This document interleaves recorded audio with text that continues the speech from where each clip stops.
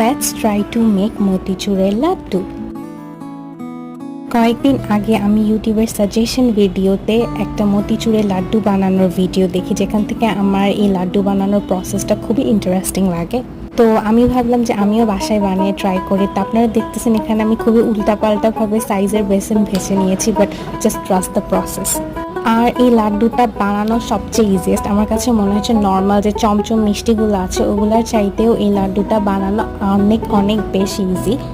আর আমার এই লাড্ডুটা দোকানের লাড্ডুর চাইতেও খুবই বেশি মজা লেগেছে। আর আপনাদেরকে আমি মাস্ট রিকমেন্ড করবো বাসায় একবার হলেও এই লাড্ডুটা বানিয়ে ট্রাই করতে পারেন, দেখবেন বারবার লাড্ডুটা বানাতে মন যাবে। So thank you so much for watching my video. আল্লাহ হাফেজ।